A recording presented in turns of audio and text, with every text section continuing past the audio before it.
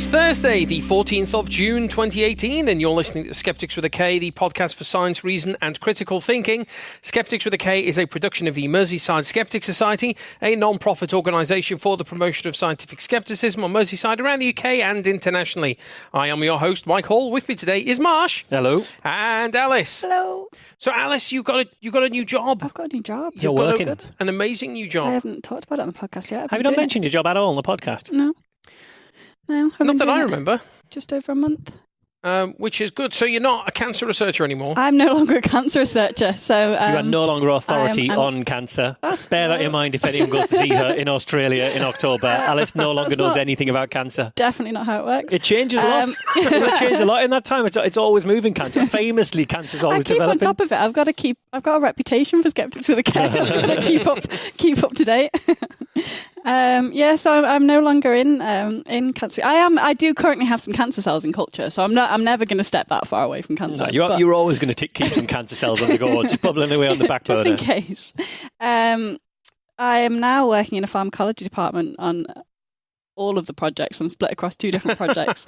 One working on drug-drug interactions in patients with HIV, which is interesting, and then the other is working on regulation of nano formulations, nanomedicines. Nano, the magic nano word, the magic N word. Yeah. That's nanomedicines, not nanomedicines. They're two kind of totally unrelated projects, but the thing that they have in common is that they're both going to be based on modelling. So I am collaborating with, which is why I'm split across two grants, full-time mathematical modeller, so I don't have to do any mathematical modelling unless I really desperately want to, which is good. So yeah, I am doing that. And drug interactions. So if you're on multiple HIV meds, how does that fall with?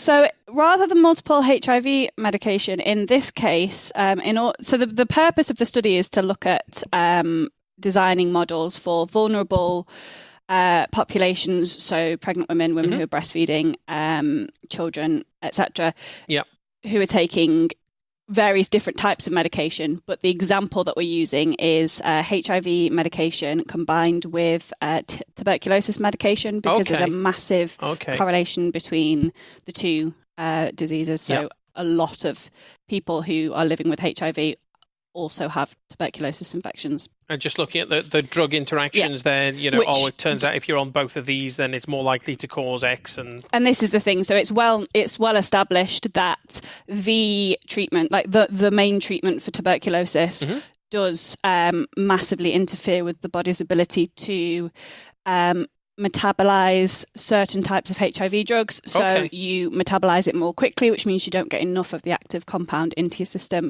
I see. Right. The tuberculosis treatment ramps up your enzymes, makes them more active, and then you break down the HIV drug too quickly, and you don't actually get any into your system.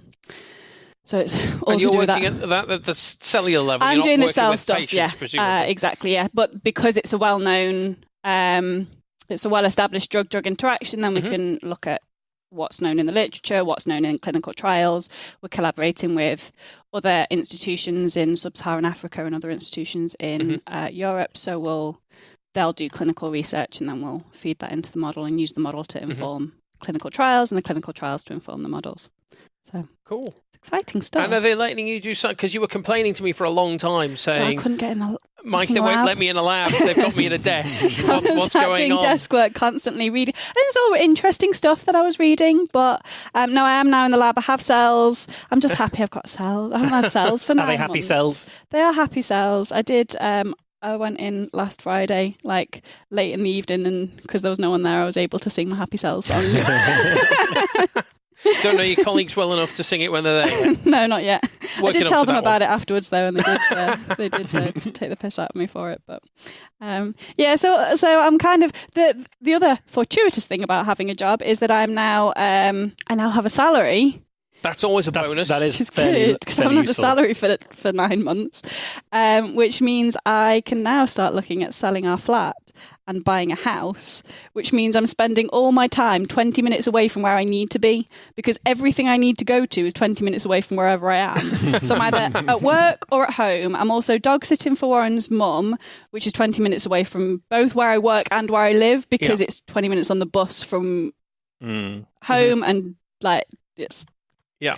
Everything's 20 minutes away. It's kind of like how everything in Edinburgh is uphill from everywhere else in Yes, Edinburgh. yeah, It doesn't exactly. matter where you are. It doesn't matter where you start. It's uphill to wherever you need to Designed be. by Escher. Topology by Escher.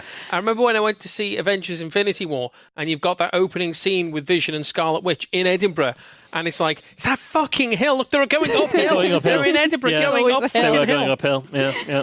Yeah, so, and then I'm also meeting with estate agents, and we thought we might rent the flat at some point, so I had to meet with like rental management companies and mortgage advisors and viewing properties, and it's just... Sounds like a terrific amount of admin. And you keep trying to move into my street.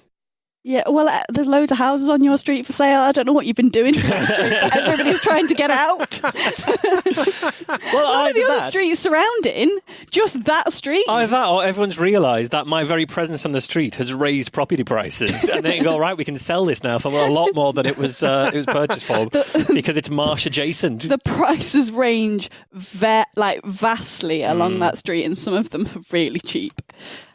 Much cheaper than the other streets around that area. Some of them are, Don't look some at of them me. are more expensive. That is not my but- doing. So you So- live in a cheap street, Marsh. It's Is a that- nice is that street. what the- It's a lovely nice street. It's just that the houses vary so vastly because it's people there's some people who've lived there for like decades, and so when They haven't touched it in like and nothing's 40 been years. done for a long time, and then there's- there's some which have been bought by investors and done to a higher standard. So. Some people who live very close to Marsh, some people who live Yeah. more further away from Marsh, and Yeah. that causes a variation. a in the massive property price. disparity on the price there. Yeah. I can see that. But it's just complicated admin of trying to fit plus also MSS admin, which we have a lot more of right at this moment Right in at this time. moment, yes. Plus trying to blog and trying to look after Warren's mum's dog and just generally like look after my own dog. Yeah. I seem to be dragged around all over the place at the minute. So after 9 months unemployed, you're trying to do all of the work at all once. of the things at once, compress it everything all all at in a one go. time. And I'm going to. This week has been a particular nightmare. Not that it's a nightmare in the sense that I'm excited. I'm going to Newcastle to give a talk, which will be Very the nice. day before this goes out. But it also means I've got to leave work in the middle of the day on Wednesday to get a train. Go across to Newcastle, which is quite a long way. It's also up, but okay. Up to Newcastle, across to Newcastle, a little bit up. And then I've got to come back. I've got to get a train at 7:00 in the morning on Thursday. Oh, that's not going to work out well for you. No, it's going to be Because you horrible. always have something to drink when you I give know. the talk like this. I know. And the Newcastle Skeptics will get you drunk, and then you'd be up at like And then I'm up 5 or at something. like to get to the 12:00 train. in the morning, Yeah. basically. And then I'm going to have to get a train back. And then, thankfully, they've cancelled on me now. But I was going to have a viewing half an hour after I got back in Liverpool. So I was good then going to Lord. have to get the train from Liverpool across Yes. to Egbert Yes. to view a house to then go back into work. Which Or is about 20 from- minutes. About 20 About minutes. 20 minutes. Yeah. Yeah. From well, the problem is to get the train back from Egbert and then come into work. I've still got to walk up the bastarding hill from Liverpool city centre to Liverpool campus because there isn't a train station on campus. Yeah. So it's 20 minutes no matter what. And then, but thankfully I don't have to do that. But I also have to go Wednesday, middle of the day from work when I'm not staying in my own flat the night before. Right. Which means I have to pack tonight. But tonight I'm trying to cram all the things in. We're recording. Yes. I've already run away from work, gone home, packed a load of my shit into boxes, Right. come back here for recording, and then Marsh is going to help me drive all of my boxes from Yes. our flat to Warren's mum's house so that I can put the flat on the market. Right. And then I have to get a bus back to the flat. This is ridiculous. And then have dinner and then pack for Newcastle because I'm not going to be at home again until Do you remember when you weren't Thursday? working and you had nothing to do all day? And you were like, oh, I don't know what to do with my day today. I've got nothing at all. I've got one thing I need to achieve before the end of the I actually day. kept pretty busy when I wasn't working. But I was kind of getting the flat ready to sell, and then turns out I didn't get it ready enough. There's still a lot to do. Mm. So this week's kind of stressful. Well, that's what you've been up to. I've not been up to too much, but Mike, you had a birthday recently. I did. I brought your birthday present. Oh, did you? Okay. So the reason that I didn't bring your birthday present all this time is because I kept seeing that bag on the table and thinking, fucking hell, Nicola keeps leaving stuff around the table. and I work at the table that it was on the entire time. And every time I saw it, I was like, well, I'm not going to move it because Nicola brings all the stuff in here. And it was only after literally, I'd say... And Nicola's probably thinking, Marsh still hasn't given that thing to Mike. She keeps mentioning... Well, the thing is, she keeps mentioning you haven't given Mike his present. And it's been so long, I forgot what I bought you, forgot what it looked like and forgot where it was. And so then I was in a position whereas all I could do was be annoyed about Nicola leaving stuff, but it turns out I was leaving the stuff there the entire time. Let's see what it is. It is a guide to video games that never existed. Yeah, it's a comedian who put together a book of a retrospective of retro video games. The one thing they have in common is he's made them all up. Okay, good. But I think they'll enjoy that. I'm very keen on the kind of retro video gaming thing at the moment. I've spent the last 2-3 weeks doing is restoring a Sega Mega Drive. Right, good. An Asian model Sega Mega Drive. Because when I was a kid, I had an Asian PAL Sega Mega Drive. Yeah. And quite a lot of Asian PAL Sega Mega Drives that's a Sega Genesis for American listeners who go, what the fuck's a Mega Drive? Which turned out to be because someone else had a trademark on Mega Drive when they tried to launch it in the US. So I assumed it was the other way around. I assumed that they wanted to call it Genesis here, but then Phil Collins got involved. No, it was Mega Drive literally everywhere else in the world. The Bible got involved. Everywhere else in the world except North America, it was the Sega Mega Drive. So I had an Asian PAL model, which has got a different shape. That just sounds like you're boasting about something else. Yeah, I had an Asian PAL model. Asian PAL model. What was the name? The region security that they had on the Mega Drive at the time was just the cartridge slot was a different shape in different countries, so it just couldn't physically fit in. But the Asian models had a cartridge slot that any cartridge could fit in, so it could play most games. It sometimes would play them slow if it was a 60 hertz game and you're playing at 50 hertz thing. So I found one of those like I had when I was a kid, and I got it, and it was filthy, and I had to clean it up and get it back into working order. Your and get filthy the Asian pal. It was filthy, and it's now no longer a filthy Asian pal. So I did that. I finished that over the weekend and sat there and played Toe Jam and Earl with Katie. It was absolutely fucking brilliant. I loved it. Nice. So that goes into my retro computer collection, along with my BBC Micro and my Atari VCS. What's next? What's the next thing you're aiming for? Sega Master System, I'm thinking at the moment. Really? The original, the big square one? Yeah, the model little one, sexy one. That took the cards, as well as the cartridges. That's it did take cards. I never saw one of those cards in my life. Never saw one. Never saw one. Never played on one. But yeah, had a card reader for the one that came with Brian the Snail. It came with Brian the Snail on there, didn't they? And the theme tune to Brian the Snail is stuck in my head. It's a do do do do do do do do do do dum dum dum.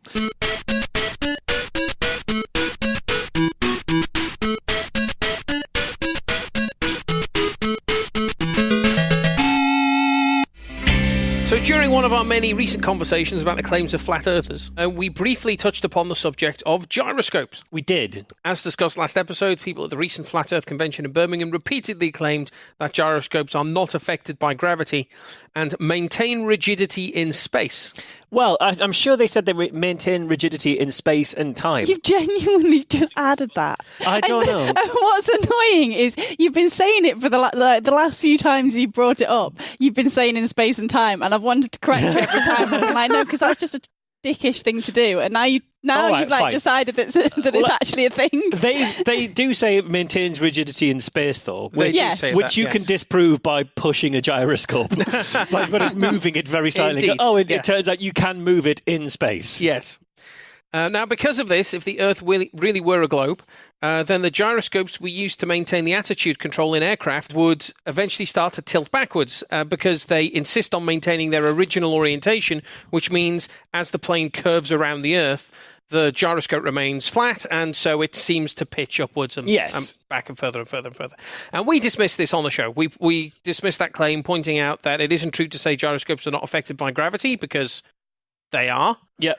And we said that the kinds of gyroscopes that they use on planes are calibrated to be perpendicular to gravity. Yes. Now, Alice, you mentioned when this claim came up in the physics debate at the Flat Earth Convention that the attending physicists looked confused by the phrase rigidity in space, looked even more confused by it in time, but that's because it didn't actually happen. And Marsh just made that up. They looked confused by the phrase rigidity in space and held their tongues on the whole topic, really, perhaps because they weren't 100% on the physics of gyroscopes. Yeah. And in that situation, many sensible scientists will keep their counsel because it's what you do when you're a scientist. Yeah. Unfortunately, the audience took that as them simply being unprepared or at worst kind of caught out to go, we got you, Mr. Scientist. Yes, correct. You've been sussed out.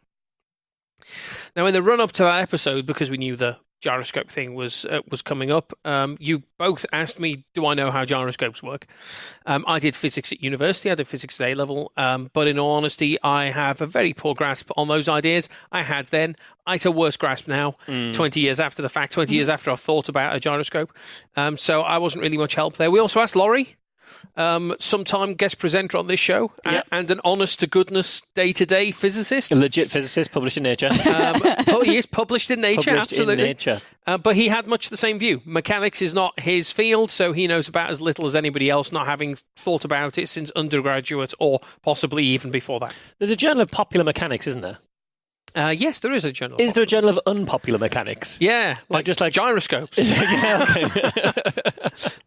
No one gives a fuck about. No one cares about them. Yeah.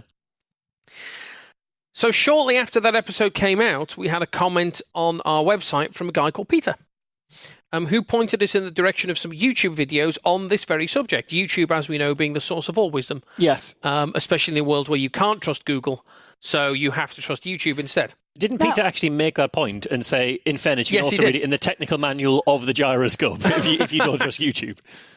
I didn't watch the video that Peter sent us, but I have watched some other videos of gyroscopes, particularly videos about gyroscopes that people have said, this is a really good primer on how gyroscopes work. They've explained it really, really well. Still haven't got a clue. Still haven't a faintest idea. I don't know if my brain just doesn't work in that way, or I don't have the basic principles that I need to get it, but I can't grasp it. I just can't get it. Well, I didn't watch the video from Peter, and I didn't watch other videos about gyroscopes, but I have seen other videos on YouTube not about gyroscopes, and I know nothing about gyroscopes.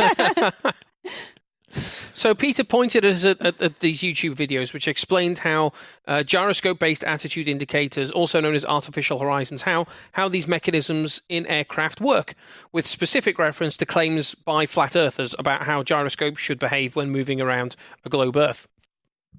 So thanks for that, Peter. That was brilliant. And that set me off reading about artificial horizons and gyroscopes and figuring out exactly where the flat earthers are going wrong with this whole gyroscope business. Now, before we go on, I want to clarify here that I'm going to have to talk a lot about planes. Mm-hmm. And when I say planes, I'm referring to mathematical planes. Yeah. Like a surface, like a flat area perpendicular to a normal vector, right? Not an aeroplane. If at any time you need to say plane is an aeroplane, would you either A, call it an aeroplane, or B, go, What I'm going to do is when I talk about aircraft, I'm going to use the phrase aircraft. Aircraft. So plane, flat surface in Euclidean space. Okay. Right? Aircraft, plane. Gotcha. Not the previous definition of plane. Yep. But what apostrophe plane is what it is. And if you ever need to talk about knitting whilst flying, because that can be aircraft. That's true. And it's going to be aircraft. You're going to call it something else as well. Gluing bits of felt together while mid-air. Exactly, yeah. Fundamentally, a gyroscope is a spinning disc enclosed by one or more rings known as a gimbal. Because of the conservation of angular momentum, not only does that disc continue to spin in the same plane, but it also resists attempts to deflect it when an external force is applied. Once it's spinning, it resists attempts to move it. You can move it, it can be moved, but it resists attempts to move it. And how resistant are those attempts? Like, if you threw something and it bounced off a gyroscope, would the gyroscope be unmoved? Well, there's a very famous video of what they call the mighty cheese, which is like a huge disc, looks like a big wheel of cheese, and they stick it in the middle of a ring, and they get really big beefy men to go over and try and push it over. It's just like it stood up on its end like a big pound coin. Yes. Yeah. Okay. Stood in the middle of like a boxing ring or something. Yeah. And it's like, go and push it over, and people try and push it over, and it just does not fucking go over because it's actually got a massive spinning gyroscope in the middle of it. So when you push it, it resists attempts to push it over. So it's actually really hard to push over. Blimey. So you get these really burly men trying to push it over. And they push the cheese. They think, it's dead easy to knock a cheese over, innit? And they can't do it. So I think they call that the mighty cheese. But that's quite fun to watch those videos. I know nothing about gyroscopes. I've got a gyroscope here. Oh, lovely. So I bought a little gyroscope, so I could give you a demonstration. Obviously, this is going to be terrible radio. Did you have the string of the gyroscope around your neck? I did, yes. Why? So I knew where it was. But you could have had it around the gyroscope. I could have had it around the gyroscope. And then you would have known where it was. It was around my neck. What if it fell off from around your neck? It was quite well attached around my neck. It was fine. Did we catch you at a perfect no? I thought this was fine. If I loop this bit of string like that and stick the gyroscope there, yes, it falls off. It does. Yeah, it's not spinning. It goes on there and it falls off. Right. That's what it does. Because that's a gyroscope hung from a single axle. Yes, and that's because it's being affected by gravity. Yes, like anything. Turns out that gyroscopes are affected by gravity, especially when they're turned off. So what I'm going to do is I'm going to spin up this gyroscope. Okay. And listeners might be able to hear the gyroscope buzzing, which is the best you're going to get to the gyroscope, and hang it off that same axle. It now doesn't fall. Yeah, it's spinning around, but it's not falling. What it does is precess like that, and as it gets slower, it drops. It'll fall off. Okay, and it just dropped off the old axle there. I'm now going to admire your gyroscope. It's a very cheap gyroscope. I got it off Amazon for like a few quid. You actually ordered it during the recording of the last show. During the recording of the last show, I ordered that gyroscope. That's true. So there's definitely something around a gyroscope being something people in the 80s would use to look for the dull check. A gyroscope. Yeah. Right, okay. Something like that. I see what you mean, yeah. So contrary to the claims of the Flat Earth people, a gyroscope is affected by gravity. The way the physics works out is that a force applied to a gyroscope will act as if it has been applied at 90 degrees to the direction that it is actually being applied in. Really? Which means when you suspend the gyroscope from a single axle like that, it starts to precess. The whole thing starts to move in a circle. That's the force of gravity acting on the gyro. But because it acts at 90 degrees to the applied force, instead of pulling it down, it makes it spin. Gotcha. Which is very cool and counterintuitive effect to watch. And there are a billion videos on YouTube you can watch of physics professors demonstrating this with bicycle wheels in class. Yes, look, we spin this up and we hang it off by a string and it sits there and it spins. And they hang a heavy weight off one end and it spins faster. And because more force is being applied, and it's a cool little effect. I'm not going to try and explain the physics of why that is or why it acts at 90 degrees, partly because I haven't the faintest idea. Because no one understands gyroscopes. But also because it's a difficult enough concept to explain, never mind explaining it in an audio medium with no ability to put diagrams in it or anything. If you were Radiolab, you'd be able to do some sort of audio technique that perfectly gave the listeners an impression of a gyroscope in their heads as they're listening.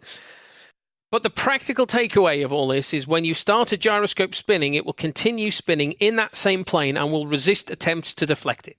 Gotcha. And it turns out that this property is really useful in aircraft navigation.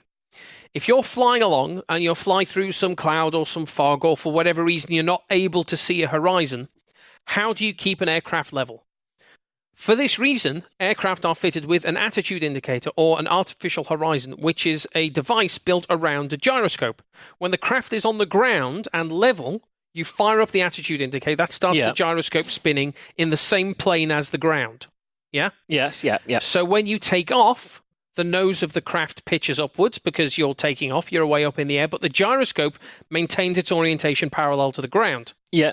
So the attitude indicator will show you as your nose is pointing upwards because that is based around the gyroscope, which is staying level, and the whole plane is kind of tilted around it, if you like. Yeah, and so the gyroscope, the attitude indicator will think it's the equivalent of you having pointed your nose like the opposite direction. Yes. Because you're turning away from the ground. Yeah, and the dial is calibrated such that it displays a little accurate picture of a plane and shows whether it is above or below the horizon. Good. And whether Makes your sense. wings are tilted one way or the other. Yeah, that's good. And when you're flying along and the aircraft rolls left or right, the gyro maintains its orientation parallel to the ground so that when you turn left, it can show that your wings are tilted left and it can show that your wings are tilted right or whatever, which is great, and that helps. So if you can't see a horizon, the attitude indicator gives you a false but accurate horizon in the cockpit, which means you can ensure that the craft is flying straight and true. So yes. I can't see the horizon because it's foggy, it's night, whatever reason. I could just look at my attitude indicator. Great, there we go. I can see that I'm flying level. And that's a good thing. That's what you want to achieve. That's what you want to be able to do. And that works perfectly in a flat Earth, in a flat plane. Yeah, the flat earthers say that this proves that the Earth is a flat plane. Yes. Because when you take off, the attitude indicator is calibrated to be parallel to the ground at the airport. And then you fly off. Which, if the Earth is a flat disk, is totally fine. But if the Earth is a globe, the plane of the ground at the airport is only locally correct. When you fly for more than a few miles, the ground beneath you is now on a different plane, but the gyro in the attitude indicator is still calibrated to the airport. So it thinks that the plane has tilted, even though it hasn't, because you're still flying parallel to the ground, just not the same ground as you were before. And not to over-labour the point, but there isn't actually, even though flat earthers will make that argument, yes, there is nobody involved in flat earth who thinks the earth is actually flat. They think it's slightly concave. Do they? Yeah. That's interesting. They won't think it's actually totally flat, by and large. They'll think it's very slightly curved. Okay. So they still wouldn't. So this still wouldn't actually work. Okay. That's not how it would work in their version of the world. So you fly a few miles and the attitude indicator is a little bit out. You fly a few more miles, the attitude indicator is going to be a little bit further out. The further you fly, the more the ground beneath you deviates from the plane that you calibrated your attitude indicator to at takeoff, until eventually, when you've flown a quarter of the way around the world, the plane of the attitude indicator is now at 90 degrees to the ground below the aircraft. If you're flying over a globe Earth. Yeah. That's and because that doesn't happen, therefore we can't possibly be on a globe Earth. They do indeed. So this would mean that attitude indicators are next to useless after only a few minutes in the air, and certainly unusable for something like a transatlantic flight. So the fact that planes have attitude indicators based on gyroscopes, and they do not constantly go out of whack before the airport's even out of sight, that demonstrates that New York is on the same plane as London, is on the same plane as Tokyo and Sydney and so on. Therefore, Earth cannot be a globe. Therefore, it must be a disk. QED, point proven. Yes, that's how it goes. The thing about this is the flat earthers are right. If you take a gyroscope on a plane under ideal circumstances, so let's assume it keeps spinning rather than winding down due to friction, and it's calibrated nicely so it doesn't precess too much or drift, etc. If you take a gyroscope on a plane under ideal circumstances, it should maintain its orientation because of that conservation of angular momentum. And when you fly a quarter turn around the globe, it should be at 90 degrees. They're right. That's what will happen to a gyroscope on a plane. Okay, so therefore all planes end up flying off into space. Yes, vertically is where they end up. Eventually. So what's the disconnect here? How can the flat earth people be right about this but still wrong about the shape of the planet? Fundamentally, their mistake is this. An attitude indicator is not a gyroscope. It contains a gyroscope, but it is not a gyroscope. There is more to it than that. A gyroscope is a necessary component, but it is not sufficient to build an attitude indicator. Yeah. There are other components involved there in there as well. So let's imagine that within the cockpit of your aircraft, before you take off, the attitude indicator is not level with the runway. For whatever reason. The gyro's rotated within one of the gimbals while it was turned off or whatever.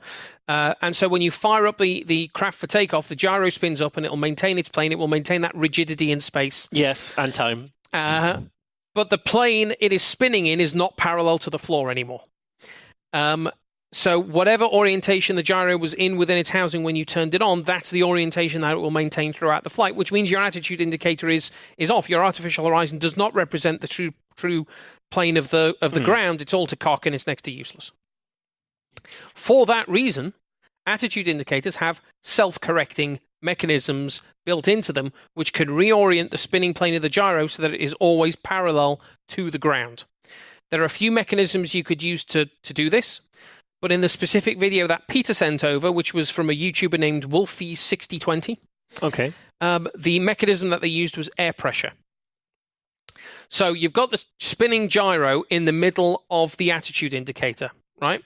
On the mass, on the flywheel that's in the middle of the gyro, there are a number of holes. Okay. Which, as the gyroscope spins, these holes act as air impellers, drawing air into the unit, into the closed housing that the gyroscope is in. Yeah? Okay. This air is then blasted out of vents on the sides of the gyroscope. Okay. So that gives us a constant airflow going through the gyroscope and through those vents. That makes sense so far? Yes. Mm-hmm. The gyroscope is spinning, it's drawing air into it and blasting air out of these vents on the side. We then have the pendulous veins. Which is not some sort of scrotum condition suffered by the elderly. In this case, the word vein is V-A-N-E, as in a weather vane. Oh, okay. As in a blade of metal attached to a pivot. A cock. Yes. Typically a cock. And there are a number of pendulous vanes attached to the internals of the attitude indicator, and they're called pendulous vanes because they're balanced against gravity. So they swing in response to gravity. It's nothing to do with the gyroscope itself. They swing in response to gravity. And each of these vanes covers one of the airflow ports at the bottom of the gyroscope housing. So if the gyroscope tilts with respect to gravity, the pendulous vane swings, falls open, and uncovers one of the air ports. Okay. Yeah? And by airport, you mean the port for air. The port for air, place not where the place aircraft where the will aircraft land. take off, and to the place to which we have calibrated our plane. Yes. So the vane clicks open, revealing one of the air pressure outflow ports and causing airflow to blast out of that port. At the same time, it causes the vane on the other side to close. So now we have asymmetric airflow acting on this gyroscope, exerting a small net force which gently nudges it back into position. It will continue to nudge it until it is level to the ground. When it is level to the ground, the pendulous vane swings freely. Good. Or at least that's what they told their doctor. The pendulous vane swings freely, and it half closes the port on both sides of the gyroscope, which means you have equal air pressure on both sides, so there is zero net force, and that keeps the gyroscope balanced. That's quite clever, really, isn't it? It is very clever, and obviously this is technology we invented bloody ages ago when we were inventing aircraft, before we had digital gyros and things like that.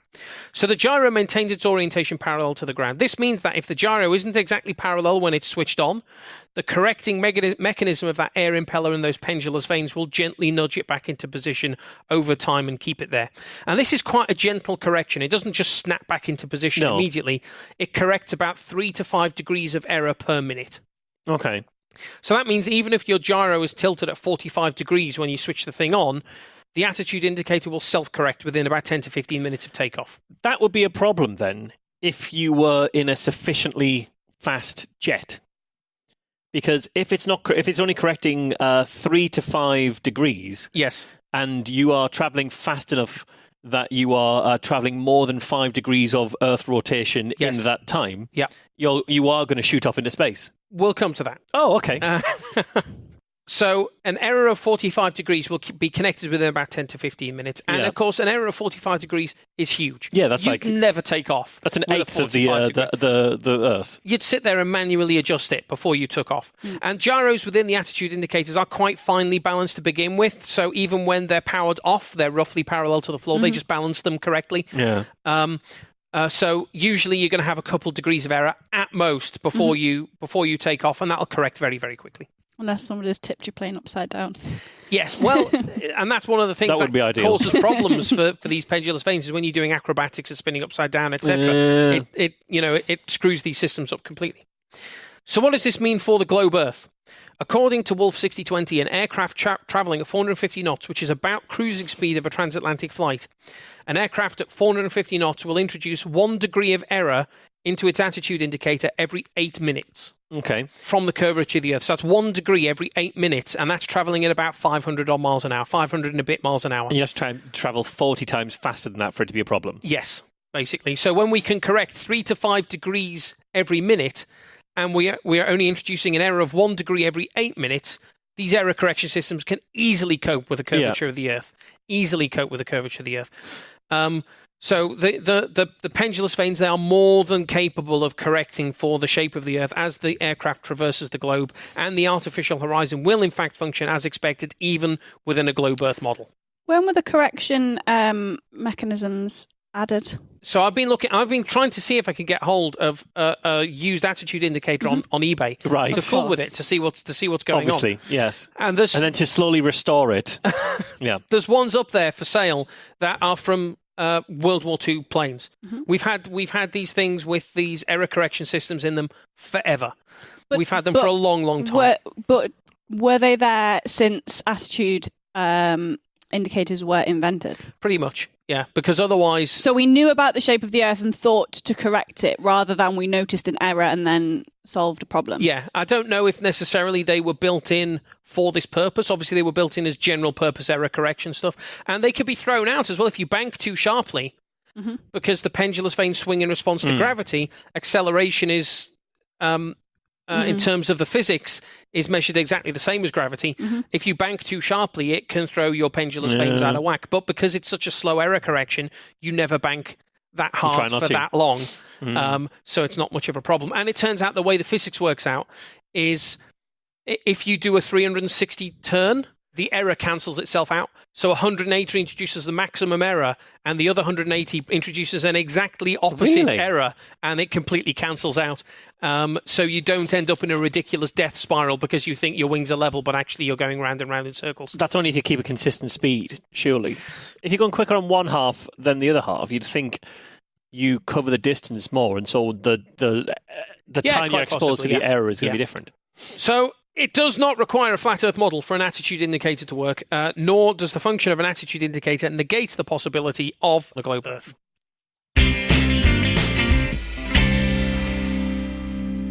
So on the subject of stuff we've talked about on other shows, previously we had talked here, or I have talked here, about the judicial review brought by the British Homeopathic Association against NHS England, and the guidance about homeopathy prescriptions. Yeah, we used to be quite excited about homeopathy judicial reviews when you were doing them, and then when the BHA started doing them, it's whoa, all right, much fun. Copycat. We'll come back to BHA, arguably copying good thinking soon.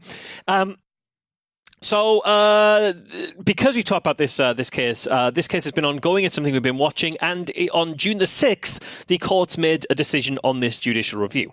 And it's worth taking a look at exactly what's happened and what this actually means. So, the case was heard by Mr. Justice Supperstone. Justice Supperstone. It does sound like it sounds like a name not quite from Tolkien. Yeah, but he is certainly a figure in some sort of fantasy book. Have you any idea what he's having for his evening meal? I've no idea. There's no way. No of hint knowing. In there. Unless it's supper's tone, and it's like, come on, we'll go and get our suppers tone. Isn't it Tony? Yeah, could well be that. So the way that this whole court case happened is they had a rolled-up hearing. That's where, instead of having, normally when you bring a judicial review, you take it to a judge and they look over what you're going to say and go, okay, yeah, that makes sense. You've actually got a case for a judicial review here, so we'll hear that judicial review on such and such a date. You go away, put your evidence together, the other side put their sort of thoughts together, and then we'll come back on that date. That's one way of doing it. This is a rolled-up hearing where instead of saying whether you're allowed to have a hearing, they have all the hearings, and at the end decide whether you were allowed to have had that hearing. Okay. What if they decide you don't? Then at the end, they'll produce a full report of the hearing and say, and upon reflection, no, you weren't allowed that hearing. No, you did not have a case for that hearing. Okay. So they can. So it's a slightly weird scenario where they can grant that you were right, they can tell you were wrong, or they can say you didn't get the hearing. Yeah. Even though you had even though there's no difference to procedurally, it's just in the outcome. Yeah. It's a very strange situation. So is it like, you won, you lost, you wasted our time? Sort of, yeah. It's a bit like that. Is it not that judgmental? I suppose it is that judgmental because to lose, you can lose and have a case that was pretty good, but actually wasn't good enough. You can also lose and have a case that was nowhere near good enough. And it's still in the you've wasted our time bracket. But if you just do not have a case at all, that would be you aren't granted the judicial review. So it's a slightly odd scenario that I'd never heard of before. Yes. But in the end, what it actually meant was the BHA's QC, Mr. Clayton, got together in the court and presented all his evidence over 3 to 4 days with the QC for NHS England, who was Jonathan Moffat QC, making their points in rebuttal. Sure. The judge heard all of that and at the end decided what he thought about the whole thing, Mr. Supperstone there. So that's what's happened. Now, it's worth understanding what the BHA were actually doing here. So they challenged the consultation itself, the fact that there was one, and also the decision. That's what they were initially doing. So it wasn't even just this is what NHS England have said, that this is the guidance they've given to GPs. Okay. They're not just challenging the conclusion NHS England came to, they're challenging the method by which they came to that conclusion too. That's what they're saying. And so they, because NHS England advised GPs not to prescribe homeopathic treatments to any new patients, and also that GPs who are currently prescribing homeopathic treatments to a patient should be supported in deprescribing them, to moving those patients off those prescriptions. Yeah. So for background, because it was a little while ago that we covered it now, the NHS, they were first looking to reduce unnecessary spending. That was the whole crux of this whole thing. So the CCGs, which are the local health bodies all around the country, they got together to look at where they could make savings. They identified prescriptions as an option, and the CCGs asked NHS England, could you take a look at the prescriptions and say what we could be doing better? How can we save money? Yeah. So this was from the CCGs to NHS England. And NHS England made a list of medicines of low clinical value that should not be normally prescribed, which they felt was in the cost of £128 million a year worth of saving. And that's where they developed this national guidance for CCGs, and homeopathy was in that list. From there, NHS England then had the public consultation, which you all took part in. You remember me talking about it on the show, saying everybody take part in this consultation. It's really, really important. Yeah. During that period, NHS England held a number of meetings, engagement meetings with stakeholders, and they met the British Homeopathic Association. Yes.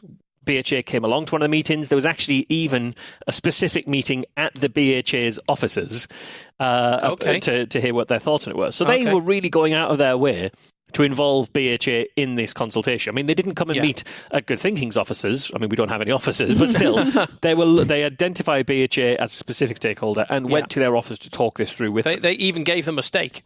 They gave them a full-on steak. We brought you a nice ribeye and a T-bone for you to hold to prove how seriously we are taking you. And you can have it for your supper with Mr. Justice Stupperson. And in addition to that, BHA also submitted an online response to consultation, which is what everyone else did, and also submitted written evidence making their case as well. So they were pretty involved. So it was a bit surprising then that they claimed that they weren't involved, that they didn't feel they had sufficient opportunity to be involved in this consultation. They claimed in their written response that there was a growing body of evidence for homeopathy, and they submitted some of their evidence that was compiled by our old friend, Dr. Peter Fisher. And so this evidence that they submitted wasn't just looked at and ignored, or wasn't just kind of cast aside. Specifically, NHS England, as part of the consultation, got together a special squad, an independent group, to look over that evidence and assess it to see whether this does actually change the balance of clinical evidence and what the evidence currently says about homeopathy. They actually found that pretty much all of the studies that Fisher cited were actually covered in their original look at the evidence, either directly or by the 2010 through an meta-analysis or whatever. Exactly, the Australian report. Throughout the reports, most of them were covered there. The ones that weren't, most of them were deemed to have not been of sufficient quality. That's why they were excluded from the Australian report in the first place. So the outcome of this independent review supported the original assessment that there was a lack of robust evidence for the clinical effectiveness of homeopathy. So that's their written consultation, written submission taken care of there. So after all of this, NHS England announced their guidance to GPs, and then the BHA decided to take them to judicial review, which, as you say, is exactly the same process that Good Thinking used to challenge homeopathy prescriptions in Liverpool, and even to challenge the blacklisting of homeopathy. We threatened to bring a judicial review about that. So what was the BHA's case actually based on? Well, initially, they felt the consultation was based on the serious, unbalanced and inaccurate views that NHS England expressed in relation to homeopathy, and that the decision was based on those, that the decision was irrational, based on these circumstances were irrational. Okay. However, but just before the hearing, on the 16th of April, even though they were hearing at the start of May, they completely dropped that point from all their records. That was their initial point, their main thrust.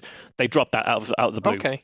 So they initially said we're bringing a judicial review because this decision was irrational. Irrational and seriously unbalanced and inaccurate and irrational. As well as some other minor points. Yeah. And then before it actually got to the judicial review, they dropped the major point and just kept the smaller points that they'd made. Essentially, yes. Okay. Yeah, their main thrust they set aside. So they were left with three of their original grounds. They dropped the murder charge and now they're going for the tax evasion. Exactly. Right. Yeah, basically, yeah. And then later we'll come to their parking ticket violations.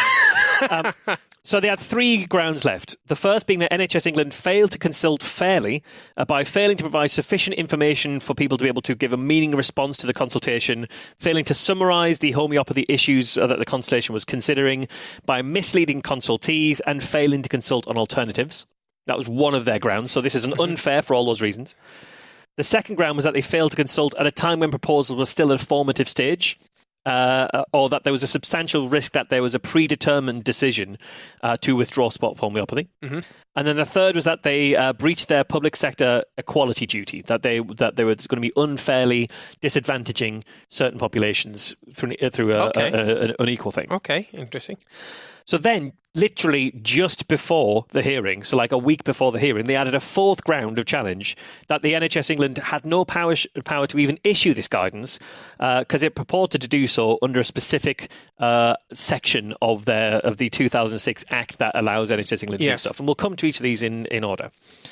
So let's do the first grounds, that they failed to consult fairly.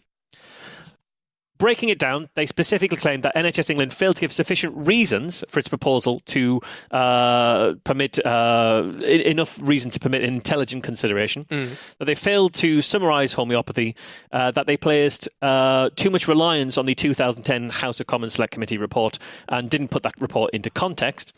I love that report.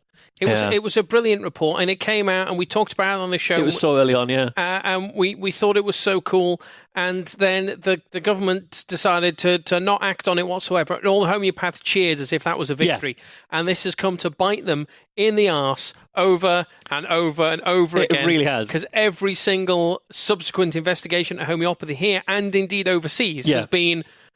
Look at this really comprehensive report that's already been done. Yeah, and that's true, although it goes even further than that when you look at the government's response to it. So they said they shouldn't be relying on that report, they didn't put the report in context, and that they misled consultees because they didn't look at the possible alternatives to ending homeopathy. So the real crux of this argument was the decision was based expressly and solely upon the 2010 SciTech report on homeopathy, which the BHA have actually described as seriously unbalanced and inaccurate. That's where that claim came from. And that its conclusion was apparently highly contentious. They also complained at one point during the hearing that the report was too complex to understand, including suggesting that the online PDF made it hard for people to read because you had to click through each of the pages one by one and people couldn't figure out how to do that, apparently. I mean, it's not a hard document to read at all. No, it's not at all. What the BHA's QC seemingly hadn't thought of was that you could hit download on the PDF and open the PDF up in any other way. Yeah. So he was saying, well, we can't scroll because it gets to the bottom of the page, it doesn't scroll, and there's no way of going from page to page. Well, yeah, if you look at it on the website, and even then there's a button there to do that. But if your argument is people can't use a PDF, that's a very weak argument and also not supported by the rest of this anyway. The BHA also argued that the SciTech report failed to make clear that there is a legitimate scientific debate over homeopathy. I mean, there isn't. And therefore that the report was misleading, and therefore that the consultation was misleading. And they made two other points as part of this first ground. They said NHS England, they didn't identify any alternative substitute treatments, which therefore disables consultees from evaluating the merit or financial implications of the proposal of homeopathy. So saying you're getting rid of it, but what you're going to replace it with, if you don't say what you're replacing it with, we can't tell what's better. And the other thing was that they said the proposal asked a single question concerning homeopathy, even though the decision would in fact apply to over 3,500 different homeopathic medications. Right, which you wouldn't be able to tell apart because it's all bollocks. Yeah, so... let's just do those last 2 points. You might say the reason that they didn't suggest an alternative treatment is because it's hard to recommend an alternative to something that doesn't work. Yeah. They weren't saying if you don't give them homeopathy, you'll have to give them this thing over here because homeopathy doesn't work. So that's not how that works. On a cost-benefit situation, kind of... if when benefit is zero, the cost is irrelevant. Exactly. You know, it doesn't matter. It doesn't matter if it's cheap. It doesn't matter if it's free. When the benefit is zero, it doesn't make a blind bit of fucking difference. Yeah, and if NHS England were forced to suggest alternatives that were equally as effective as homeopathy, that could have been a really fucking long list, and it could have been very, very ludicrous. And the other point on the 3,500 different medications that are covered by this one question. For one thing, it isn't 3,500 because there aren't 3,500 homeopathic treatments that would be given to NHS patients. Sure. That's not. It's not like you can go and get homeopathic owl. That's what that 3,500 list. It's the entire list from Helios, from Ainsworth's, from Freeman's. But to say that you can't cover all 3,500 by a single yes/no question is a bit like saying to you, Mike, "Can I kick you in the balls?" No. All right. Well, can I kick you in the shin?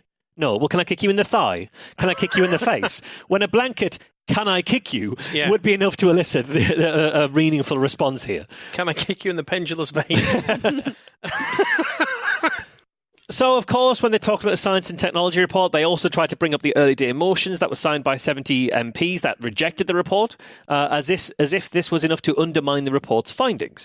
Even though the EDM called on the government to maintain its policy of allowing decision-making on individual clinical interventions, including homeopathy, to remain in the hands of local NHS service providers and practitioners who are best placed to know their community's needs. That's what the EDM said.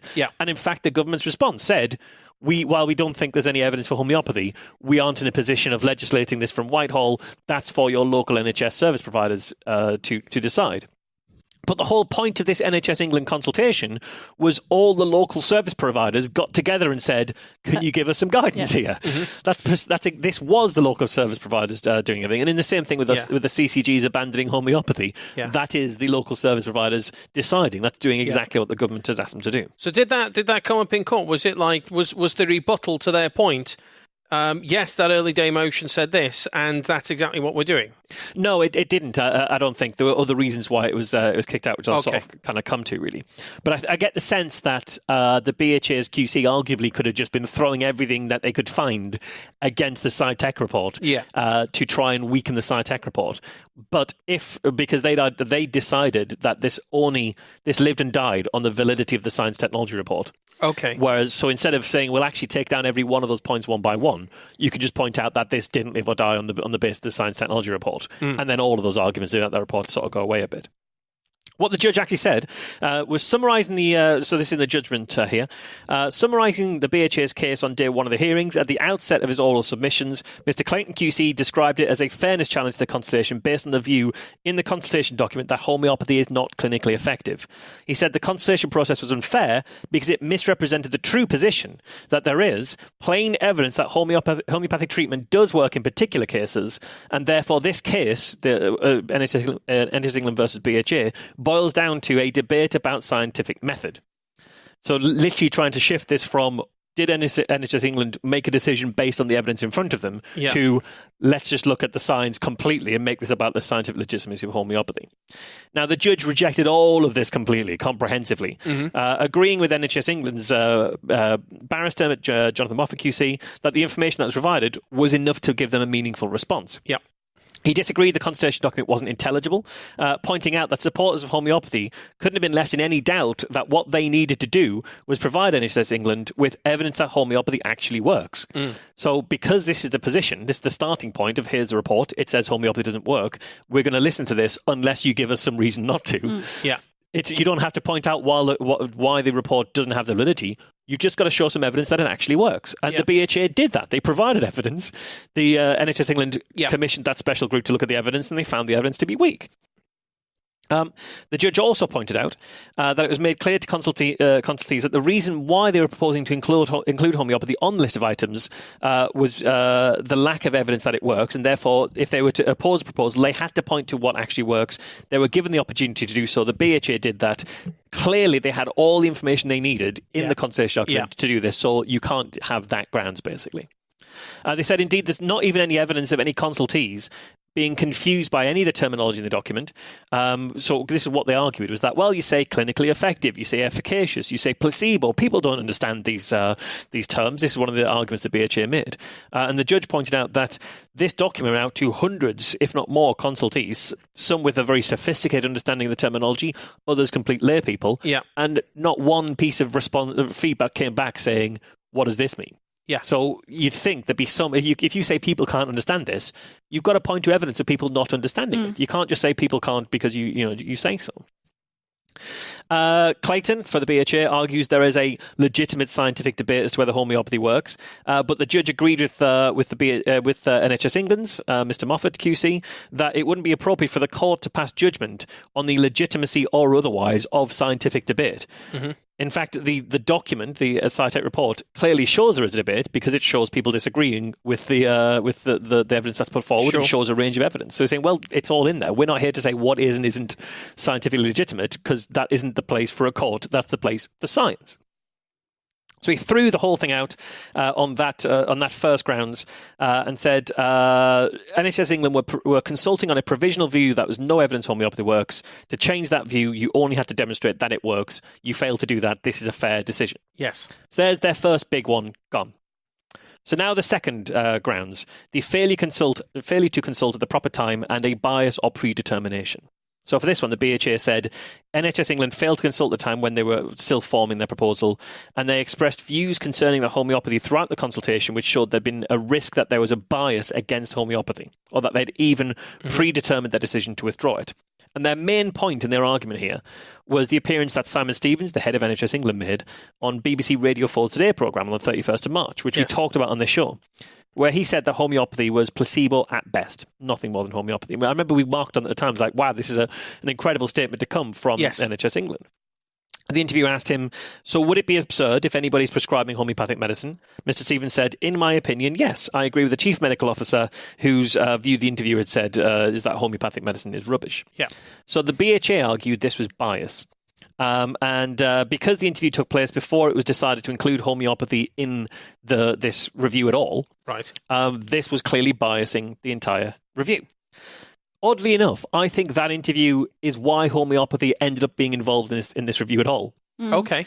I think what happened, and I think I mentioned it at the time, was that NHS England had this list of the top 10 or the top 20, I think it was top 10, most expensive things being prescribed that could be looked at to say there's no evidence. Yes.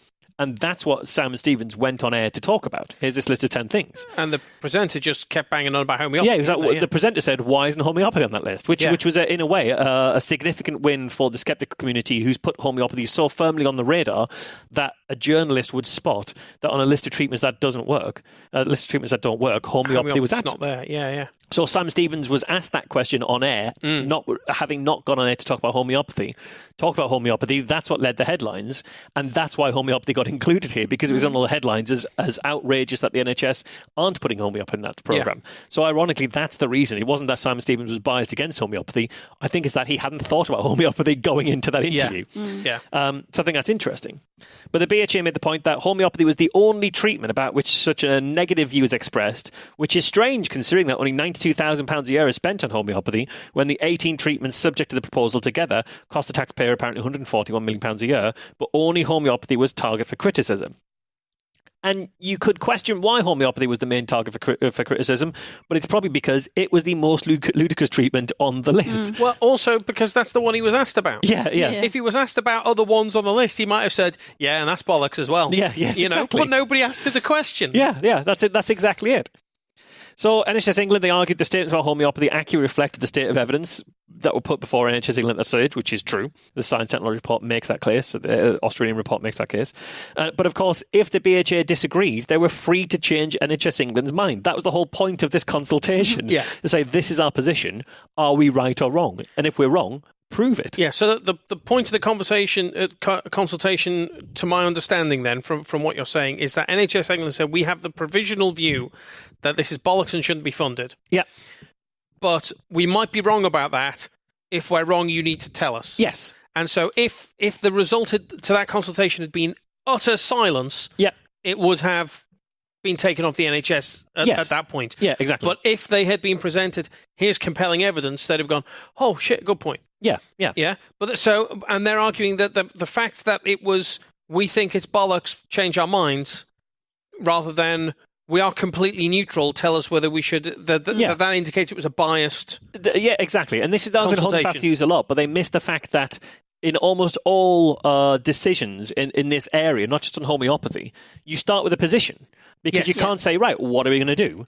You say, well, this is what we're going to do. This is because if you leave it completely open, then it's very hard to formulate a question that gets a clear enough answer from the public that shows you how to proceed. Yeah. Whereas you can say, this is what we're going to do, and here's why. Yeah. If we're wrong, show us why. Like remain or leave. Yes, exactly. Possibly. Yeah, exactly. Yes, yeah. So, this was, in fact, BHA even did, as I say, I keep saying, they tried to present further evidence to change NHS England's mind. And it wasn't just that NHS England ignored it or read it and stuck it in the mix. They commissioned a special group to pore through that evidence. They clearly took it seriously. So the judge threw that argument out. because they, especially the judge pointed out that the decision made by NHS England was made at a board level, at a board meeting. And the whole board, the board member agreed with the decision. And it's not been suggested anywhere that Simon Stevens exerted undue influence over other members of the board. This wasn't a fiat decision by Simon Stevens. This is by the board. And they were satisfied that when these consultation went out, they hadn't made the decision. So it could have gone either way, determined on the evidence or the point that's made to NHS England. So there's that thrown out. The next one was a breach of the public sector equality duty. Okay, and this is based on the idea that any decisions that are made using public funds, especially to do with healthcare interventions, have to have a quality impact assessment to make sure that you're not unduly damaging one particular vulnerable group. So this isn't going to unduly harm people with a disability or unduly harm people of black or Asian minority ethnicity.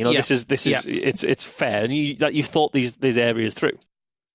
BHA claimed this did breach that because, first of all, the consultation was exclusively online, and therefore some people with protected characteristics could not answer the online consultation, couldn't attend face-to-face events because the only place to find out about that was online. The only place to take part in the consultation was online. That's what they said.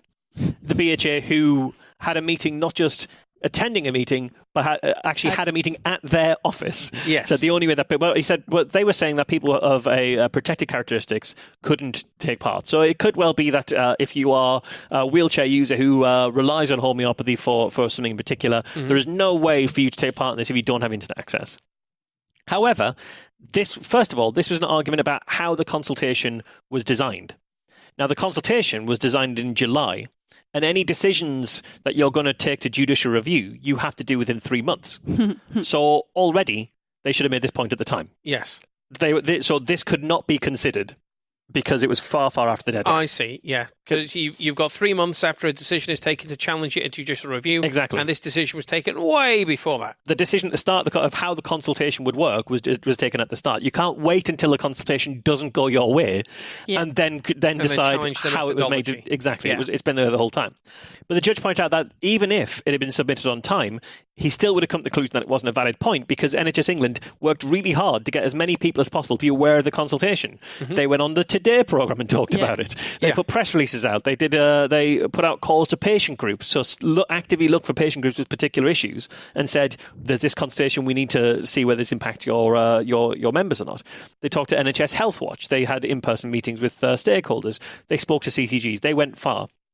And in fact, the judge said, insofar as the BHA relies upon the evidence of two older people being unable to be, they were disadvantaged because it was carried out online. So this is the thing BHA said. Well, these two people here who were older and couldn't use the internet very well, in their opinion, like in the opinion of the people who are complaining, they complained that they couldn't take part in this consultation. So this proves that it's against people of their group. The BHA's own evidence is that they did take part. Because what they said was, these people who took part in the consultation found it difficult to submit the views that they submitted. And the judge said, yeah, but they submitted them. Yes. So it's fine. Your only evidence of people struggling are people who managed it. Yes. That isn't evidence that people were excluded. They also had a lot of other reasons as to why NHS England couldn't have looked at the equality impact enough, but the judge threw all those out as well, including that the guidance wouldn't have an adverse impact. In fact, they said on some protected characteristics, protected populations, this guidance would not only not have a negative impact, but in many respects would be likely to enhance them. Yeah. Specifically, what he said was, the analysis proceed on the basis that the effect of the guidance would be that patients who were previously prescribed homeopathic treatments would instead be prescribed the most effective medications that would achieve better outcomes. So he's effectively saying that for some patients, not giving them homeopathy might mean they get something that works. Yes. So I thought that was a lovely point when it comes to protected characteristics. They argued that, this is a brilliant point by the BHA, they argued that rather than ask people in the consultation if they felt the decision might affect one group more than others, what NHS England should have done was individually review every single prescription slip for a homeopathic treatment to ascertain what the patient's kind of characteristics were and whether it would be given to a patient from one of these protected characteristics, and extrapolate from that information to determine whether it's likely that an individual patient was part of a group that shared particular characteristics. There's multiple things wrong with that. One is that those records weren't kept because you found it really hard to find out how much CCGs were actually spending on homeopathy. Yeah, although this is prescriptions, which is much tighter, which is easier. Yeah. That's illegal. You can't look at a prescription and say, okay, I'm going to now look at the characteristics of that person. No, yeah. That's looking at patient records and patient data. That's completely illegal. And also, it's like tens of thousands, if not more, of patient records to be looking at. And you're going to, so that the only way to do this is to look at every single prescription that was ever given to figure out whether it would cost it's more unfeasible, unethical. Yeah, it would cost more money than you're going to save. Yeah, by taking homeopathy off the NHS. Then I guess we might as well keep it in that case, Mike. Arguably, that's the point that's being made. So that's an astonishing suggestion. So that was then thrown out for being just not valid. This left the last ground, which is the VRes issue, is what it was called. This was introduced on the 24th of April for a hearing that started at the very start of May. Right, I believe it was. So this is the one that they added at the last second. Yeah. So basically, the BHA argued that NHS England made this decision under Section 14Z10 of their powers, but they should have only made it under Section 14Z8 of their powers. Good God. Therefore, the whole decision should be overturned. Right. The judge rejected that, basically explained that BHA had completely misread what those powers actually even were. So that point was knocked down. But I love the idea that they were literally saying, well, yes, you've made a decision you're legally entitled to have made through a process that would have been legally correct. But if you've put the wrong number at the top of it, not only do you need to go back, we need to overturn the decision and undo it. In fact, the judge concluded, I consider the grounds of the challenge advanced at this hearing are arguable, albeit in the case of the VRes ground, only just arguable. Permission will be granted on all four grounds, so permission to have a judicial review, granted on all four grounds. However, for the reasons I've given, none of the grounds the challenges have made out. Accordingly, this claim is dismissed. And that's that. That's the end of the BHA's challenge. Now, understandably, they weren't very happy about this. No. And in fact, Crystal Sumner, the head of the British Homeopathic Association, she went on YouTube to explain exactly what happened here. And what she said was, although the judge found that all of our grounds were arguable, which he did, that means that NHS England did not do a good job in their consultation, that there was enough there that merited a judicial review, and that those grounds are found to be arguable. However, on this occasion, the judge found the NHS had just done just enough to scrape by. That doesn't sound like the way you summed up what the judge said to me. No, and I used a lot of the exact words the judge used, so I'm quoting the judge here.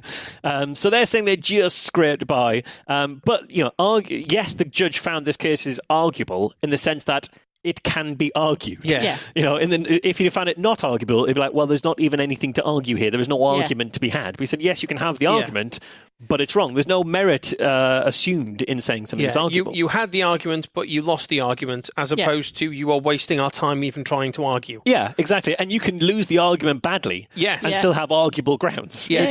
You've argued it badly. Like there aren't good grounds. All judicial reviews, indeed, I think all court cases that make it to court are arguable because they're in court, effectively. In no way did the judge support the idea that it was just enough to scrape by. He examined and comprehensively rejected every single argument the BHA made. The BHA Crystal Sumner went on to say, we at the BHA find this profoundly disappointing. However, we knew it was a David and Goliath battle and that it would boil down to one judge, and we knew how homeopathy is viewed in many circles, and that's the risk that you have to take. She said, you take the risk that it will not be viewed as charitably as cancer care or HIV treatment or other things that are more emotive. That work.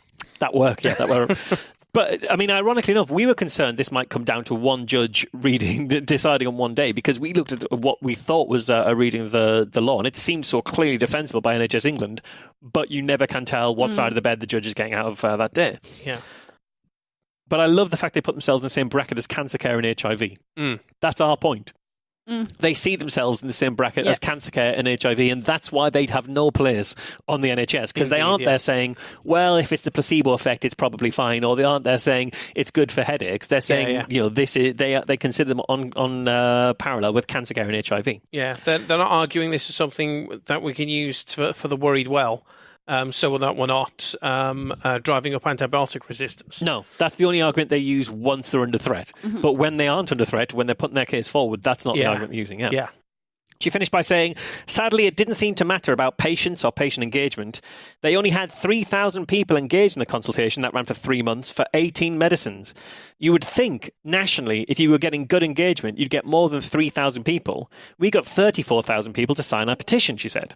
Now, why didn't they get those 34,000 people to respond to the consultation? Yeah, that's a very key point. I mean, the thing is, 3,000 for a consultation like this is actually not that bad numbers. Consultations, typically, people don't get involved in them. People don't really notice these things that much. It's not the thing that people have a burning desire to do. It's only because we encourage people to take part because we knew that the homeopaths would. And NHS England were turning up on the radio going, go and take part in this consultation. But I don't think you're ever going to get 100,000 people to take part in a consultation like this. I just don't think that's likely.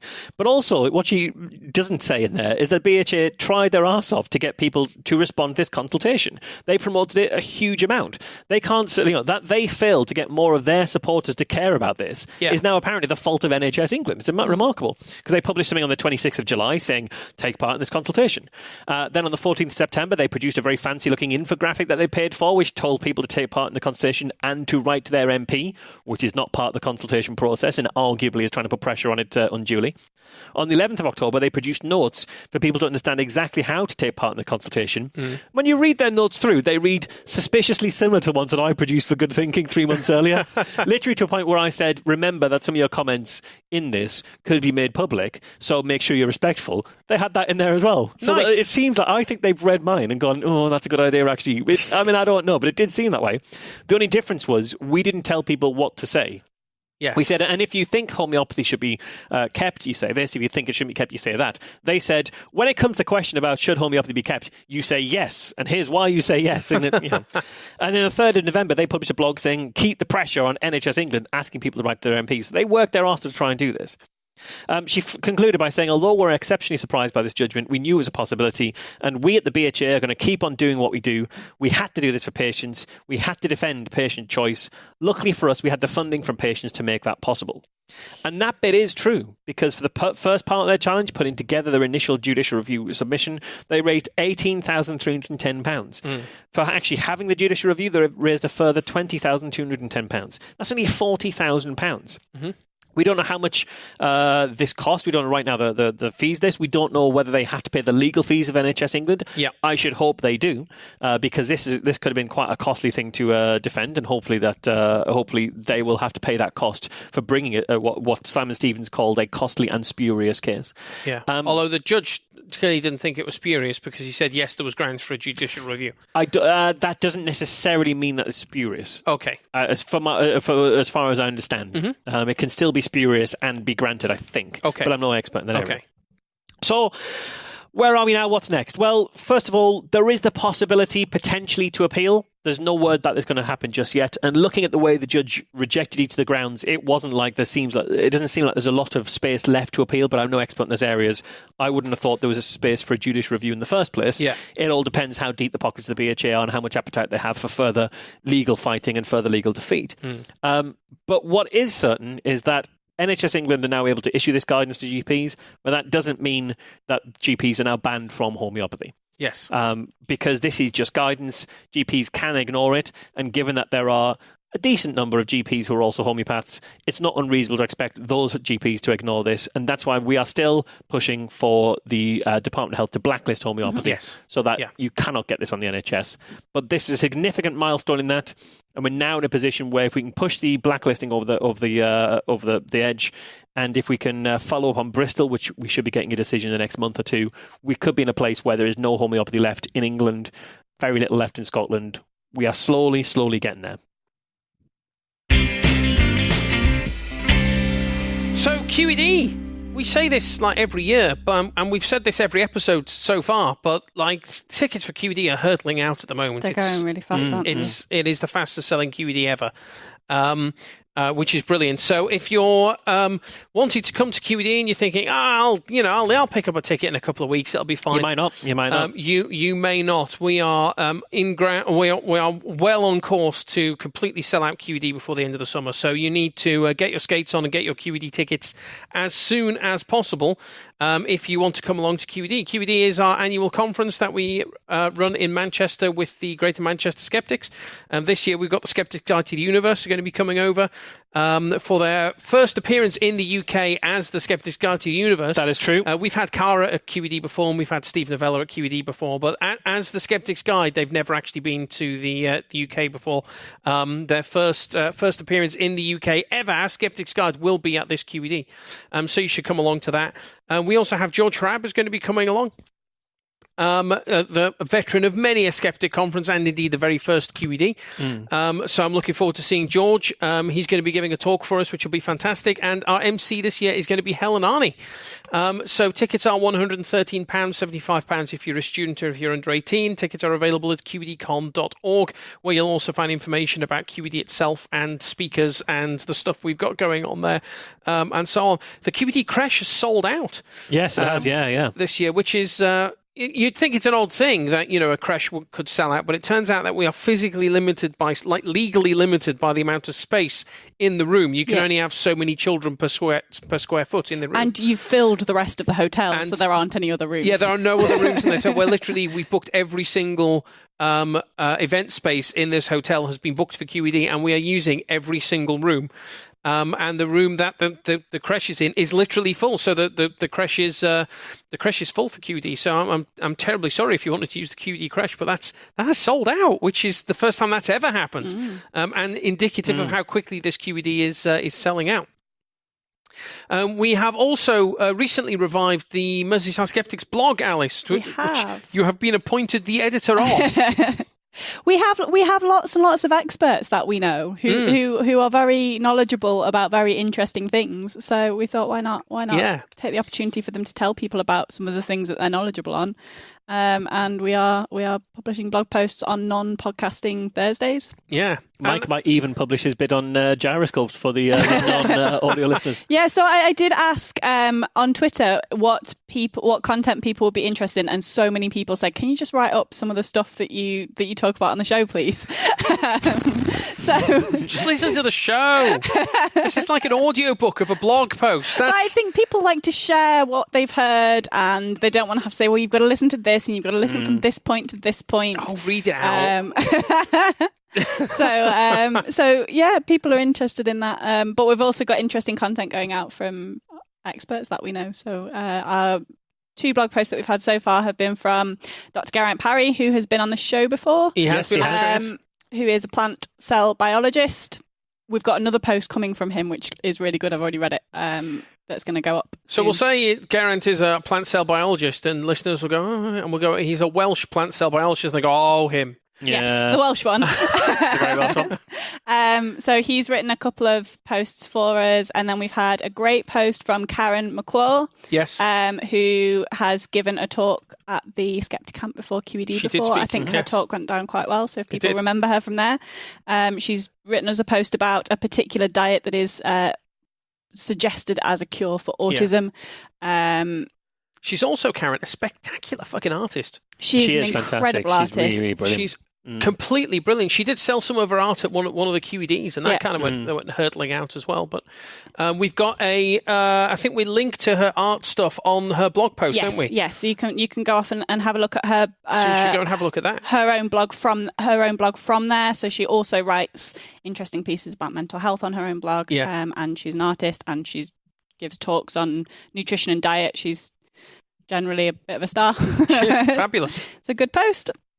So you can find that at merseysideskeptics.org.uk, which is in the process of being redeveloped at the moment. Is it? It is in the process of getting redeveloped at the moment. So that's look forward to that coming. I mean, I've only been promising this for literally years. But is it 6 years? It's probably going to be Will it mean that I can actually put photos into the posts a little bit more easily than I am at the minute, because it's a fucking really backwards way of doing anything in our website. We'll come up with something that's a little bit nicer for that, and it'll work properly on mobiles, and it'll be secure, and it'll be brilliant, and all the things that the El Dorado that is our website. Yeah, the pot of gold at the end of a very long rainbow. Magnificent. It'll be fast and nippy and small. It'll be like a QED website. I'm so excited for it. So yeah, that's at merseysideskeptics.org.uk. Aside from that, then, I think that is all we have time for. I think so. All that remains then is for me to thank Marsh for coming along today. Cheers. And thank you to Alice. Thank you. We have been Skeptics with a K, and we will see you next time. Bye now. Bye.